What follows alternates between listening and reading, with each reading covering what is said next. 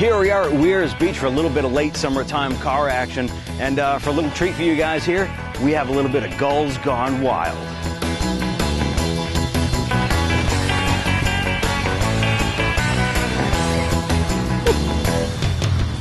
Well, so much for that. I didn't catch myself any gulls, but we have some cars to show you, so let's go on over and take a look.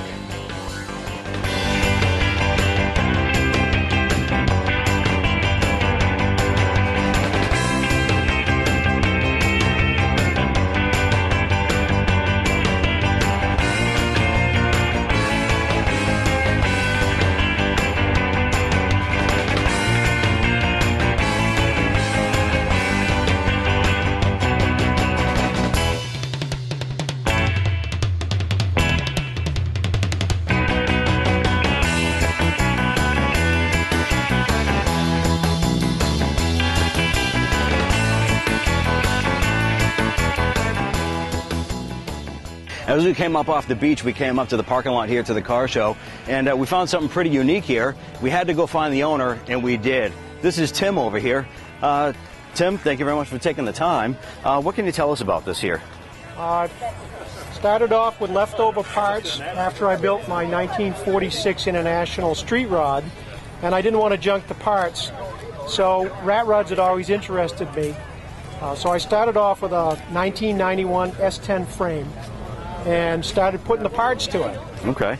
Channeled the cab down onto it, put in a 8-point roll cage, shortened the body, and then decided what type of engine I wanted to build.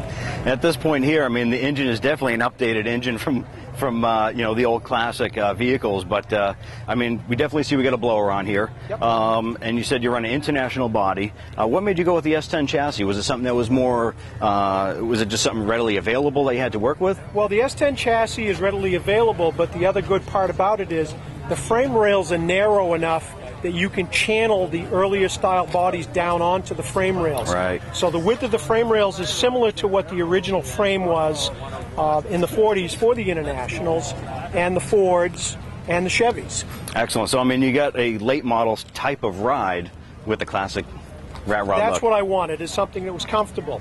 My 46 street rod pickup truck still has a straight solid axle in the front, and it rides pretty rough. Yeah, a little this thing tight. rides very smooth with the modern suspension.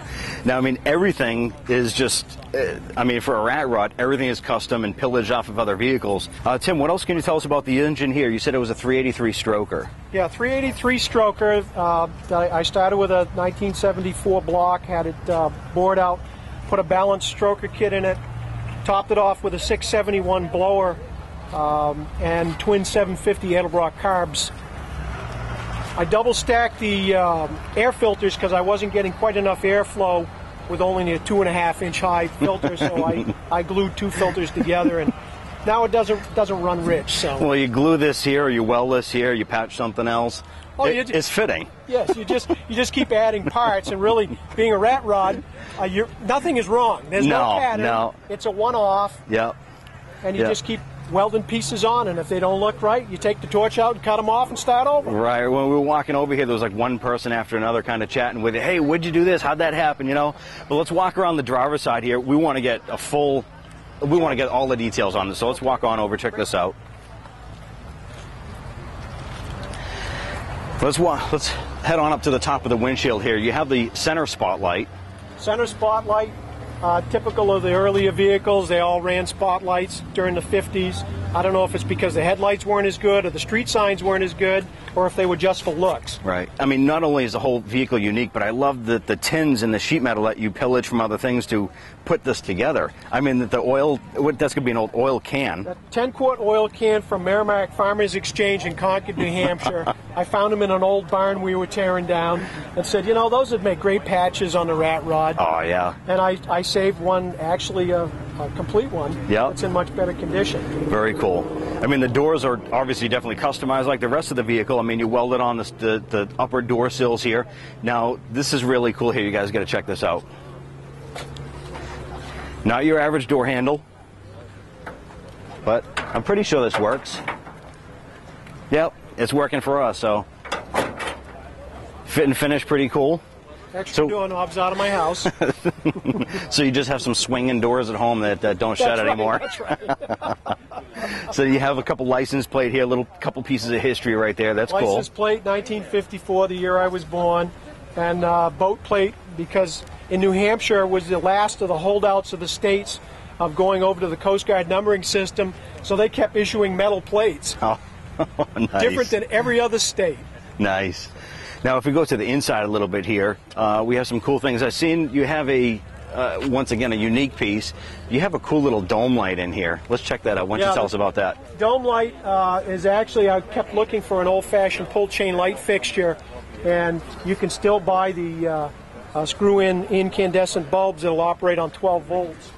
So that's my dome light. Very cool, very cool. Yep. Then we come on back into the bed here. Obviously, there was probably one time some fender flares, but did have big fenders. Yes. Big fenders. Yep. So we just kind of reinforce the edges there with the steel, right? Which is pretty cool.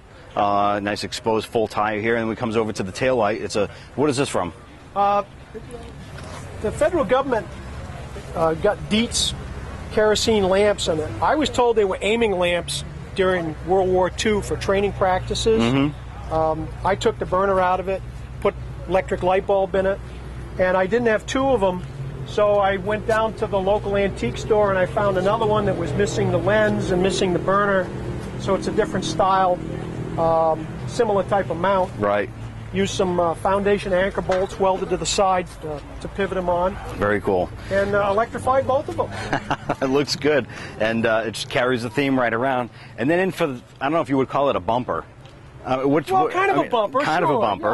Yeah, it passes a bumper, although a bumper's not required. Right. I bought some 327 engines and parts, and they weren't salvageable, so I bolted two crankshafts together, took the connecting rods and welded them to the frame, and used a couple of pistons for the license plate bracket. Very cool. Yeah, and then I see you got a fuel cell in the back here. Oh yeah, safety first. All of the safety parts on the vehicle are new. New brakes, new brake lines, new master cylinder, new brake shoes, safety fuel cell, all brand new fuel lines, all brand new wiring. Excellent. Last thing you want is an unsafe vehicle on the road. So what do you have in the back here? You have a sign here. Does that give you access to the fuel tank? Yes. Let's take a look here. Took a construction sign, shortened it up, hinged it, and made brackets and put the fuel cell in right under where would have been the spare tire carrier. Very cool. Very cool. Everything's still nice and neat. You know, you organized everything. It's not just a big bucket of hodgepodge as far as everything here. And it is done safety. I mean, you get the cage welded to the frame the way it should be for safety. Absolutely. And it's very nice. You did a great job with it. Well, thank you very much. How long did it take you to put this together? I've been working on this project, collecting parts and putting it together for about 4 years. Okay.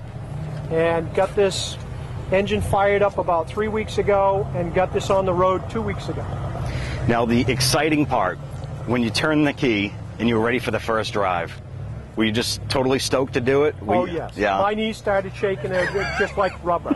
It was pretty interesting. Was that because you weren't sure if you're going to make it down the road? Or what I wasn't sure of anything at that point. I didn't know if it was going to stop. I didn't know if it was going to go too fast. Yeah. Or if it was just going to fall apart. Yeah. And on the way home, you find a crankshaft in the road. You know if it fell off the bumper or out of the engine. That's right. You know, I was like, where did that come from? Where did that one come from? Yeah. So, hey, Tim, I want to thank you very much for taking the time. Thanks, Brian. And it's another piece of, well, I'd say a piece of history, definitely. Well, thank you very much.